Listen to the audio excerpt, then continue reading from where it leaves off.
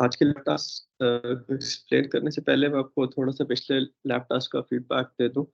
अ, उस lab task के अंदर बहुत बहुत तो नहीं, लेकिन काफ़ी स्टूडेंट्स ने जो है वो कॉपी किया हुआ था, ठीक है? तो वो आप लोगों को क्लियरली बताया हुआ था कि अगर आप लोग कोई भी जेन्युइन एफर्ट्स करेंगे तो आपको एटलीस्ट 50% मार्क्स मिलेंगे, और अगर आप फिर कॉपी करने की कोशिश करेंगे तो फिर उसके अंदर -50% मार्क्स, एब्सोल्यूट -50% मार्क्स। तो उस चीज़ को बेटा अगर आप साइड पे भी रखते ना देखें, अगर आप ये मकसद रखेंगे ना कि हम लोगों ने जो है वो मार्क्स ज़्यादा लेने हैं, किसी भी तरीके से बस पास हो जाना है, तो ठीक है, मतलब हो जाते हो पास, मार्क्स आ जाते हैं ज़्यादा, देन व्हाट? क्या करोगे? मतलब यहाँ से डिग्री भी ले ली, 4 साल लगा के आपने डिग्री भी ले ली, फिर क्या करोगे? कहाँ पे प्रैक्टिकल लाइफ़ में जाओगे तो कागज़ का टुकड़ा तो हर एक काम में नहीं आएगा। वहाँ पे जो आपका स्किल सेट है, जो आपका नॉलेज है, वो आपके काम आएगा। तो यहाँ पे हम लोगों की कोशिश ये होती है कि आप लोगों को चीज़ें सिखाई जाएँ, और आप लोग कुछ सीख रहे हैं, हम लोग इधर हेल्प करने के लिए आप लोगों की। तो इसका जो गोल है ना अपनी लर्निंग का, असाइनमेंट्स का, टास्क का, ये आप नॉलेज सीख के रखा करो, या आप मार्क्स ना रखा करो। नॉलेज सीख करोगे, मार्क्स ऑटोमेटिकली आ जाएँगे। हो सकता है थोड़ा-सा टाइम लग जाए, अगर आपकी डेफिशिएंसीज़ है वो ओवरकम करने में थोड़ा-सा टाइम लग जाए, लेकिन अल्टीमेटली आप लोगों के मार्क्स जो हैं वो आ जाएँगे, ठीक है? तो आज के लैब टास्क भी जो है वो आप लोगों ने खुद करना है। I will be there, Ataullah आपके जो टीचिंग असिस्टेंट है, he would also be there to help you, और अगर आपको कोई प्रॉब्लम्स आ रही हैं, कोई क्वेरीज़ हैं, तो आप पूछ सकते हैं। The lab task is quite simple, I will just show it to you.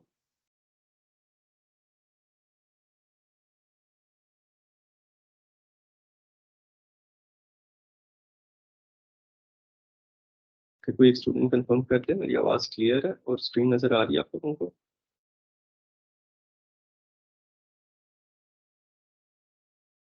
Yes sir. Yes sir. अच्छा, तो आज का जो लैब टास्क है उसके अंदर इस तरह है कि आई थिंक ये वैसे मैंने पोस्ट कर दिया, आप पढ़ सकते हैं। I I would just explain it on notebook.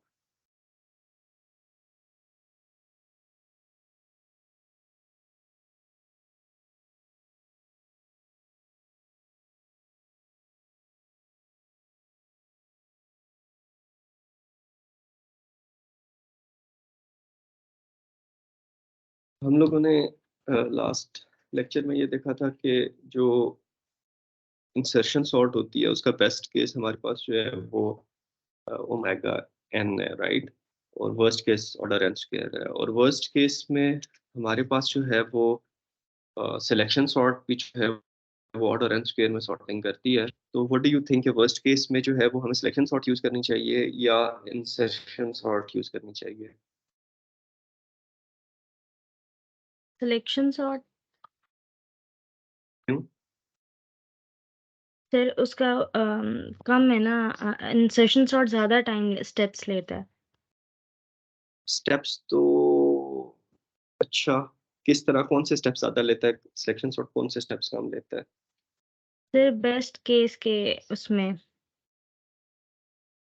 You are right, you are going in right direction, लेकिन प्रिसाइज़ आंसर अगर कोई दे?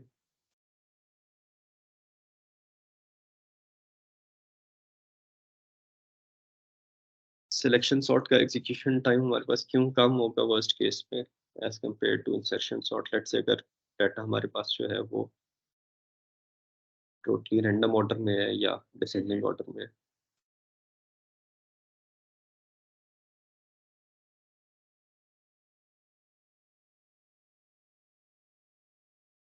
नहीं, कोई भी नहीं? तरीज आप भी बेटे थोड़ा-सा कोशिश करो। सर सिलेक्शन सॉर्ट शायद एट अ टाइम उसको कर लेता है स्वैप।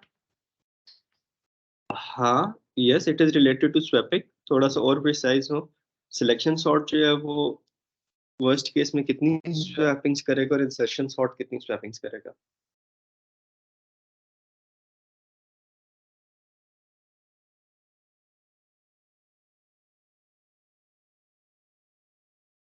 n-1 और n? इतना फ़र्क नहीं है, काफ़ी ज़्यादा फ़र्क है।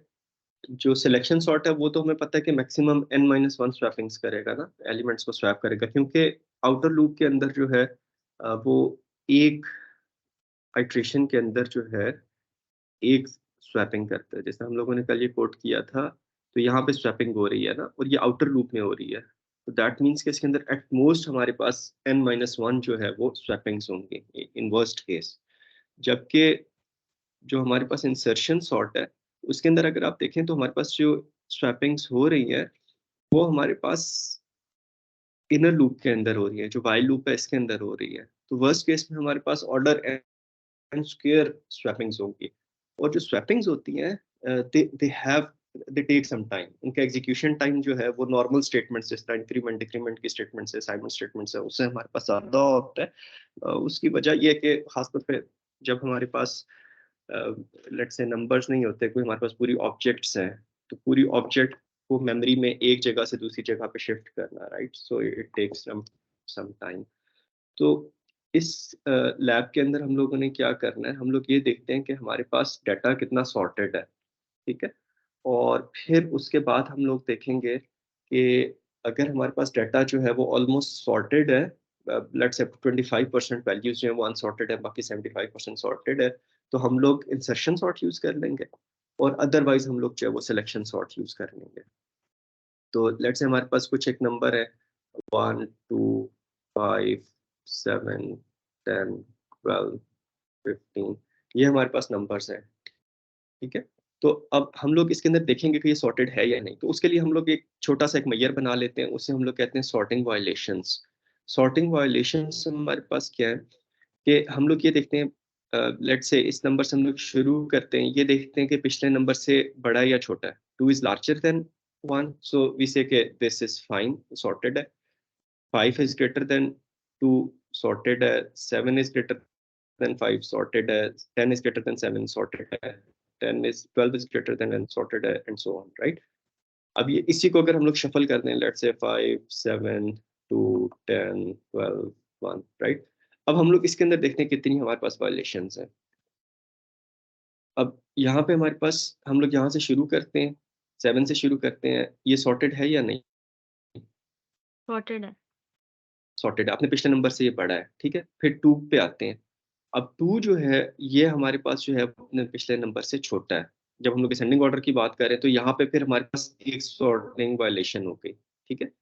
फिर हम यस। लोग देखते हैं 10 is greater than 2, this is fine, right? 7 was fine, 10 is fine, 12 is greater than 10, it is fine, 1 is not greater than 12, right? So ये हमारे पास दूसरी वायलेशन हो गई, ठीक है? और 15 जो है वो ऑर्डर में। तो हम लोग इस केस में हम लोग कह रहे हैं कि हमारे पास टोटल जो है वो कितनी सॉर्टिंग वायलेशंस है? इस केस में हमारे पास जो है वो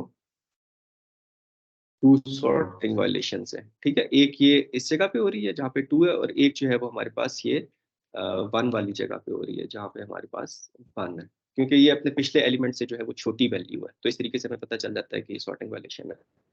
तो आई गेस आप एक एक सिंपल सा फंक्शन या कोड लिख के आप ये आइडेंटिफाई कर सकते हैं कि आपके पास कितनी वायलेशंस हो रही हैं। ये बात समझ आ गई? Yes sir. अब हमारे पास अगर वायलेशंस जो हैं वो n/4 से कम है, ठीक है? तो हमारे पास अगर जो वायलेशंस हैं they are less than n/4। n हमारे पास क्या है? 1 2 3 4 5 6 7 7 इस केस में, तो n/4 हमारे पास क्या हो जाएगा? 3 हो जाएगा। तो अगर हमारे पास सॉर्टिंग वायलेशंस जो हैं वो लेस देन 3 हैं, तो हम लोग ये कहेंगे कि हम लोग इंसर्शन सॉर्ट यूज़ करेंगे। In case of sorting violations are less than n/4, we will use insertion sort. Otherwise,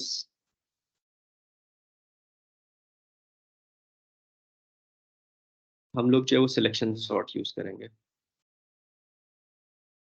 तो सर n/4 हमें 3 ये कैसे होगा? जी n/4 n/4 3 कैसे होगा? 3.5 होगा ना, डिपेंड करता है कि n आपने जो है वो फ्लोटिंग पॉइंट लिया हुआ है या न्यूमेरिक लिया हुआ है। फ्लोटिंग पॉइंट लिया हुआ है, फिर तो हाँ 2 होना चाहिए ना। जी सर। हाँ 2 नहीं, हाँ 1 यस 1 पॉइंट समथिंग। n, हाँ सही है, मैं n/2 कर रहा हूँ, आई डोंट नो। हाँ सही कह रही हैं आप। तो n/4 हमारे पास जो है वो 1 होगा एक्चुअली। 7/2, 4 जो है वो हमारे पास 1 होगा। Yes yes. सो अगर हमारे पास जो है वो 1 से कम सॉर्टिंग वायलेशन है इतने से डाटा के लिए, तो हम लोग इंसर्शन सॉर्ट यूज करेंगे, अदरवाइज हम लोग जो है वो सिलेक्शन सॉर्ट को जो है वो यूज करेंगे। ठीक है।